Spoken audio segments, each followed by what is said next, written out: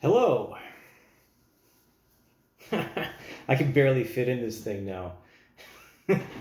But I come from a particular era of scouting and of cadets. And the cadets and scouts have obviously have a connection to law enforcement and to the military at large, if not any other public service. And it's undeniable. Okay, so what I'm gonna do is I'm gonna pull this up here. I've got multiple tabs open here right now. I got Joe Cote's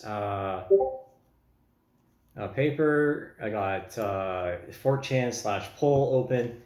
I got unfiltered oral history of the Marlboro Man, masculinity and the male spectator, and the homoerotic gaze.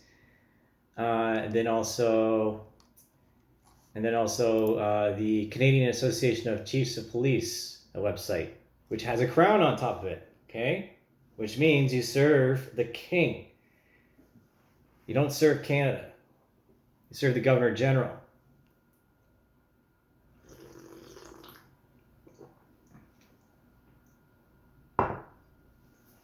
Now, the reason why I'm going to talk about this in policing and this idea of what masculinity is supposed to be, especially when defined by a straight white dude, okay? I'm uncomfortable with when knowing that out on the internet that my images and my face and whatever else is being used as stimulation for self-stimulation. And again, I can't stop people from doing it. And again, I'm a sexual assault survivor, so again, it's even more uncomfortable.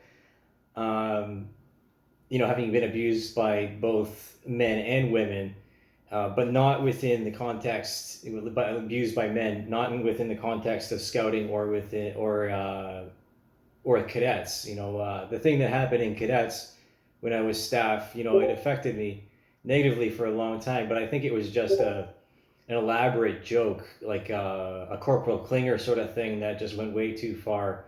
And I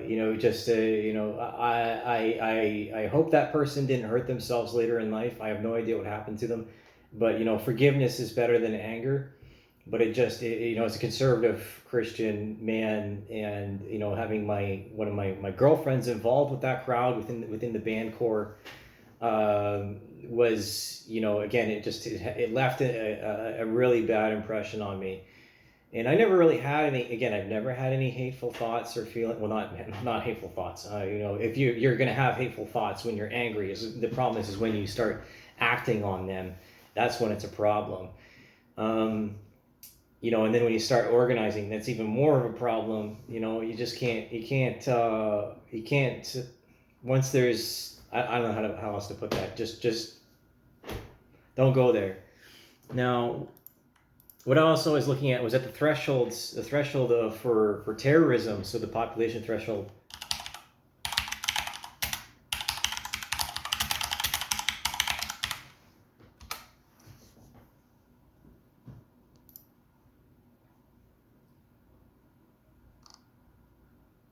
Because there is a point, there's a saturation point, right? The tipping point, critical mass, that's it, critical mass.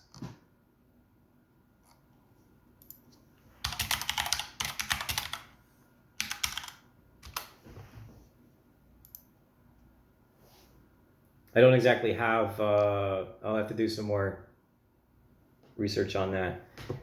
And so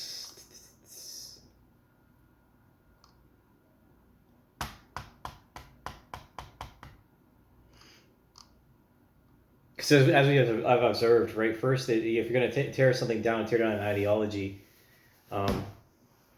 then it goes from the ideas and the concepts, so the underlying belief systems, and then the symbols, right? You remember that these extremist groups were tearing down statues, right, defacing monuments and stuff like that, and calling into question the legacy of founding fathers or confederationists or colonialism, how to decolonize homosexuality or something stupid like that.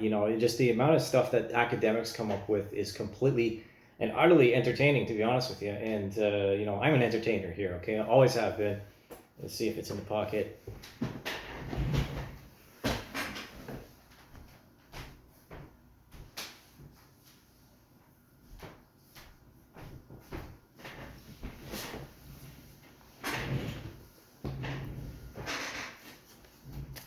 All right, so where's the red star? I never got my blanket, right? Scouts is supposed to be, and Cubs are supposed to be, or Brownies as it was, is supposed to be a family thing, right? This was my previous Cobra and Apple Day.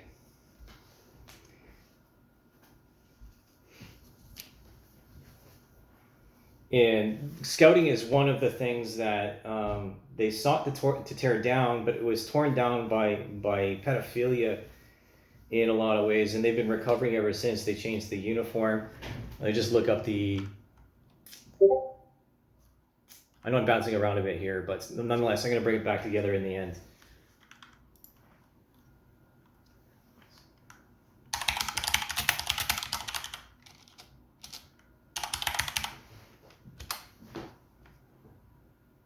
There we go. Scouting began as a program for boys aged 11 to 18. The first experimental camp organized by Baden-Powell with 20 boys at Brownsea Island, UK, was a great success.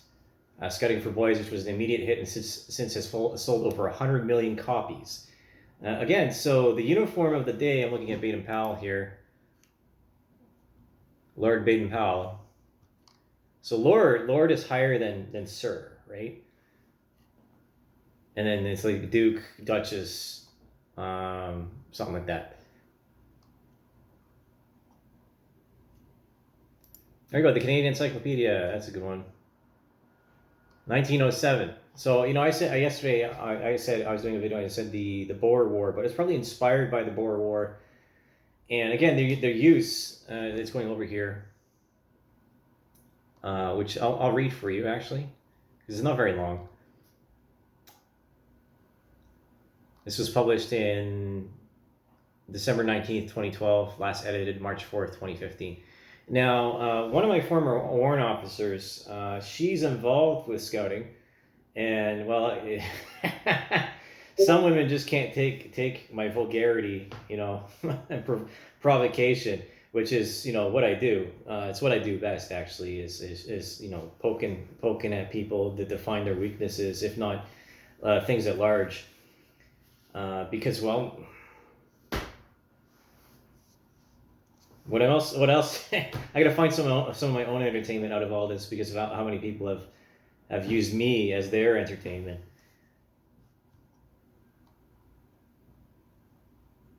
Okay, the scouting movement was founded in England in 1907 by Baden-Powell, then a lieutenant general in the British Army. Scouting came to Canada in early 1908 with 3 troops established almost simultaneously in Merrickville and St. Catharines and Port Moran, Nova Scotia. And in 1912, the Boy Scout Association was granted a royal charter throughout the Commonwealth by King George V. The Canadian General Council of the Boy Scout Association, incorporated 12 June 1914, was a branch of the Boy Scout Association until 30 October 1946, when it became an independent member of the Boy Scout World Conference. The name was charged to Boy Scouts of Canada and to Scouts Canada in 1976. Every Governor General since Earl Grey in 1910 has been Chief Scout. So there you go. The Governor General is responsible for scouting. Scouts Canada's stated mission is to contribute to the development of young people in achieving their full physical, intellectual, social, and spiritual potential. Spiritual, okay? There's Christian connotations of faith to scouting. Let's be clear about that. Spiritual potential as individuals, as responsible citizens, and as members of their communities. Scouts Canada is fully co-educational with 5 programs including Beavers, Cubs, Scouts, Venturers, and Rovers. Rovers is from 17 to 26. Now, of course, I stopped at Scouts at 12, and I moved over to Cadets because I wanted something a bit more militaristic, and I wanted to. My life was organized, okay? It was this, accomplish this. Good job, okay? Because I was organizing my early life to be a fighter pilot in the Canadian Forces. It didn't happen because of, I was demoralized and disenfranchised, disillusioned because of all the politics that was happening at the time. Where if I were to make some logical deductions, where people that were sympathetic to homosexuality were being promoted instead of me, or were getting positions instead of me, instead of academics or whatever else, or the merit of the person and the service that they've done to the squadron. Because people like me in that time, right, the person that's there for almost every activity is one of the people that holds the entire organization together. It doesn't matter how good they are. What matters is that they show up, right? Half of success is showing up. Sponsors include churches, service clubs, professionals and business associations, and the Canadian Forces. It's fucking obvious. The organization has publicly declared its commitment to provide a safe and secure experience for its members and has developed standards of training for its volunteers that ensure the achievements of those goals. Those training methods were renewed and revised after criticism of its methods of handling abuse investigations were raised by the CBC's Fifth Estate examination of the issue in an investigative report in 2011. The organization determined that there was no systemic intent to hide abuse, though it did reveal that there had been cases that were not handled as rigorously as leaders would have liked, and they had handled their files over to police authorities. Scouts Canada apologized to former Scouts affected by the abuse. Scouts Canada currently has over 100,000 members, reflecting every faith and culture. The organization is supported by the efforts of 25,000 volunteers, with a program offered in more than 19 languages. So a lot of this has changed. And, again, sometimes in the media, again, when talking about cultural movements, that, there's hit pieces that are put out there, and these editorials and whatever else, that are intended to erode and destroy the image of organizations such as Scouting, which would promote leadership and healthy masculinity. Because as I've said before in History of Propaganda, that toxic masculinity is gay.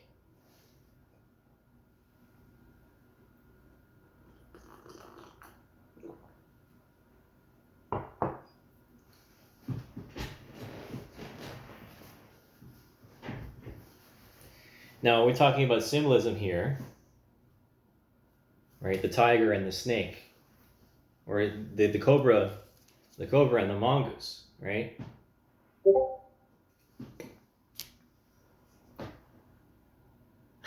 I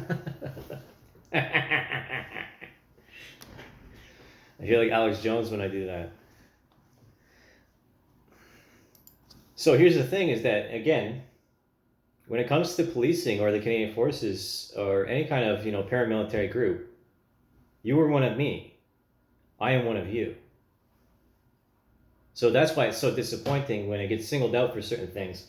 When I'm highlighting these issues, just because someone's pissed off that they didn't do their research.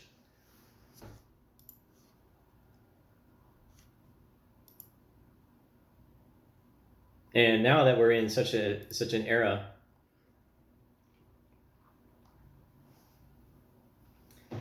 that the questions of the youth and of reality and these schizoid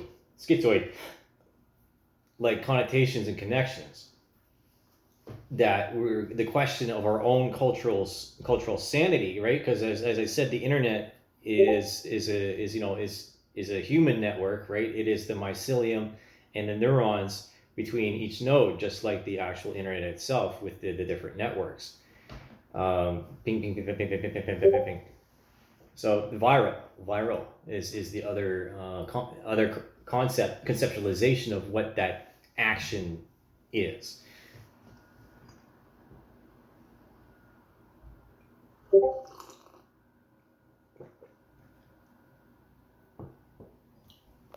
So when you assault masculinity, you let the sneaker fuckers in, and that's of course that's what happens with sex workers, whores. And there's a documentary about it. Again, I think it's touched on by Aaron Gunn. With the space was a safe space, quote unquote. But psychopathy has no bounds, and quite frankly, as I've said before, there's a correlation between psychopathy and homosexuality. You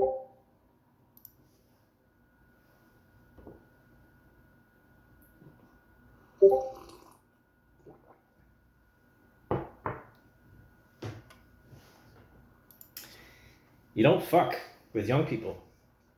And within the history of cadets, there was also abuses of power and sexual assault, and that's why they founded, or they changed the programs and educated it with CHAP and SHARP. But we'll stick to the Scouts right now.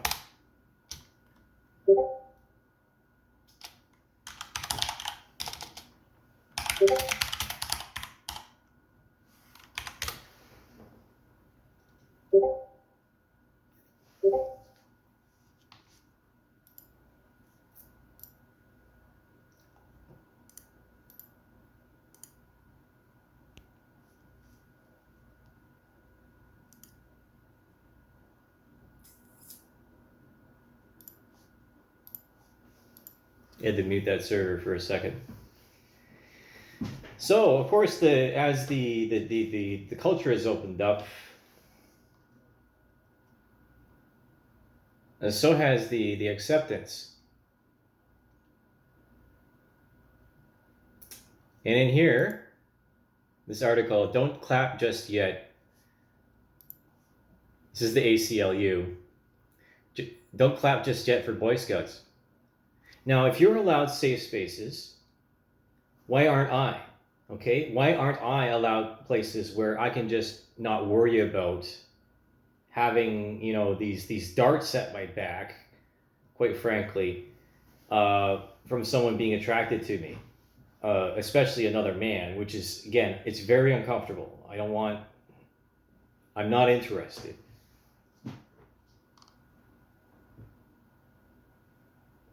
So this is, again, news and commentary. This was published August 15th, 2015. I'll save this.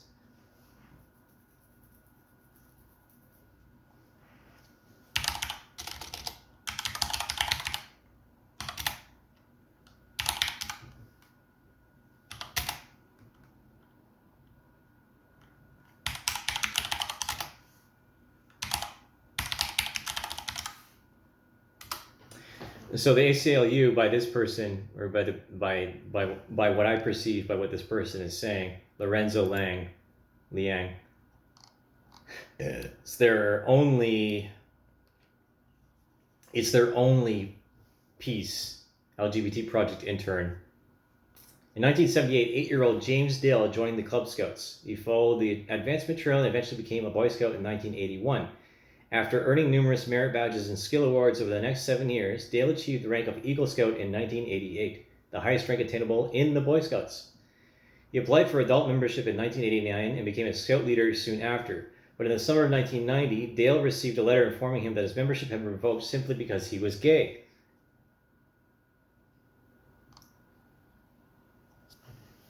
Despite Dale's 12-year relationship with the Boy Scouts, the organization severed their ties with him after learning of a news article that identified him as the co-president of his university's Lesbian and Gay Alliance. Dale subsequently filed suit in New Jersey courts and eventually reached the Supreme Court of the United States in 1999. In a 5-4 decision, the Supreme Court narrowly affirmed the Boy Scouts' right to deny membership in openly gay individuals. Now, the Boy Scouts did an about-face. On July 27th, a full 25 years after they revoked Dale's membership, the organization announced it would extend membership to openly gay leaders. This comes after the Boy Scouts moved 2 years ago to lift its ban on membership to gay youth. The decision was an important step, but because it left the ban in place for openly gay leaders, it was an unsatisfying one. If the Boy Scouts could recognize their sexual orientation has no bearing on a person's ability to be a Scout, then they should also have recognized that there is no bearing on a person's ability to be a Scout leader. More troublingly, though, the hesitation also perpetuated the historic and homophobic reception of gay adults as promiscuous individuals with nefarious intentions. The recent decision to finally end the ban on openly gay leaders should, therefore, be celebrated. I disagree, because it takes one bad apple to ruin the whole bunch. And quite frankly, because of how impressionable children are, I don't want rainbow people anywhere near my children. No. Just no. No.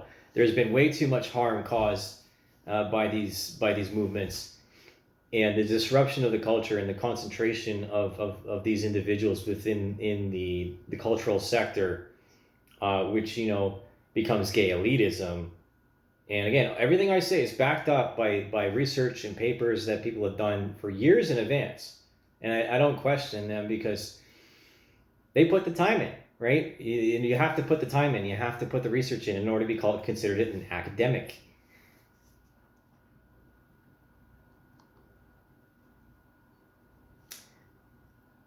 But not just yet, again, from the ACL. Now, the ACLU, blue and white, there's correlation there, if you ask me. So let's look at the ACLU's funding.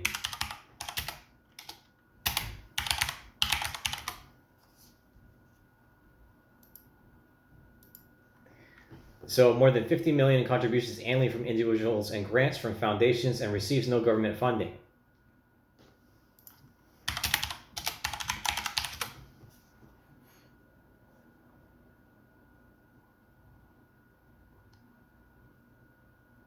Because people use colors and symbols as nonverbal communication. Again, you're under the banner of say this, right? The fleur de lis. Again, the fleur de lis has French connection. Say it ain't so.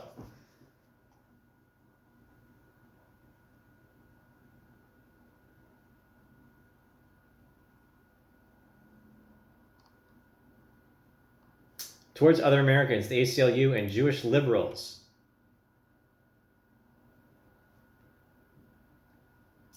I'm going to save that as part of American Jewish history. Again, you want to call me anti-Semitic by pointing it out? Fuck you.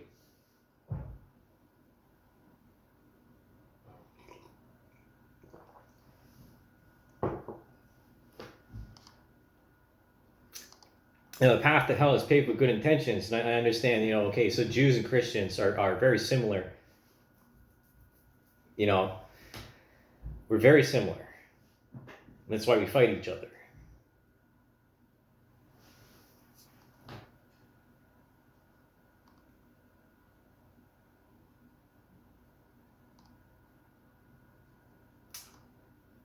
But the gist is that, again, Christians and Jewish people, that under the guise of compassion and of civil liberties, but the thing is that you can forgive, but don't forget the history, right? Don't forget that this stuff happened, and it's not a far-fetched thing to state that there is straight bashing going on, and that there's, again, because of the cultural Marxism, the critical theory, in order to raise the position in the society of a certain segment. So again, the Rainbow Collective, that they're gonna, they continuously cut down people like me. It's the truth.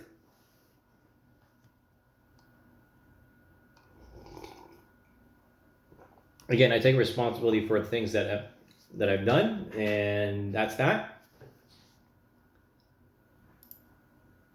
That doesn't mean I'm guilty of hate crimes.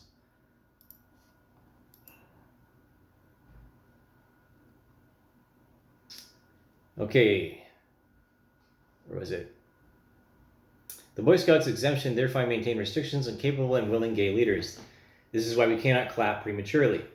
As an advancements in LGBT rights accelerationism, which means the breaking up and the disintegration of North American culture and society, right? Again, because Americans and Canadians, we have a lot in common, but there's some cultural differences. In this way, the lift of the ban is another incremental step for the Boy Scouts that, like the decision 2 years ago, is sorely unsatisfying. Well, it does leave a sore spot. Yes, definitely. I'd rather just, you can have your space, let us have ours, okay? Just the way it was in the 1980s and 1990s with okay, so because there's not very many gay bars anymore.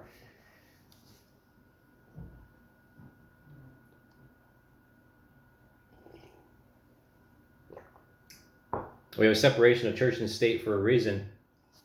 And when you again, with the rise of atheism that happens, and the the destruction of belief systems in order to raise some people up and to bring some people down, to cut them down.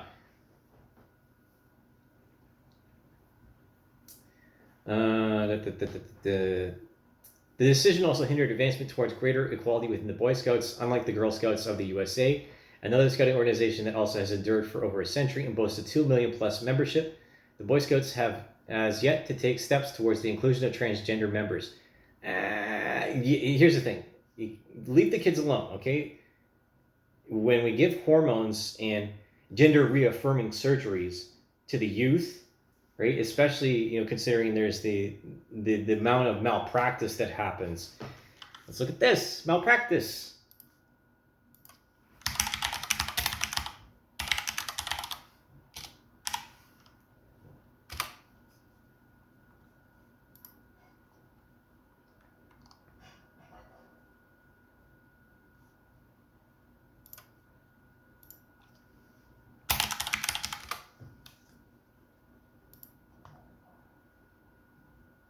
One in 3 care providers is sued for medical malpractice during their care. Care providers make avoidable errors in 3% to 15% of all medical interventions. Misdiagnosis is one of the most common types of malpractice. Cancer, infections, and vascular events are the conditions most likely to be misdiagnosed. So that's from Forbes, and that's from 2024. The next one is medical malpractice from the NIH in 2022. Because here's the thing is that, the transgender surgeries and their acceptance cause more harm than they do good. And about half, is 40% of transgenders have suicidal ideation. I don't remember the statistic as to how many of them follow through with suicide attempts.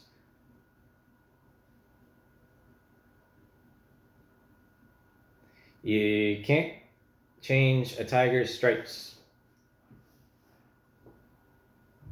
And again, so the malpractice, and then we're talking about advancement and survival, and especially within for-profit medical communities. Again, it's all cohesive. It's all together, and this is one of the linchpins in the society, that for which is trying to advance a certain ideology and undermine the entire society, which would then, as we would call it, is accelerationism, but it's also domestic terrorism. Just going to call it the way it is.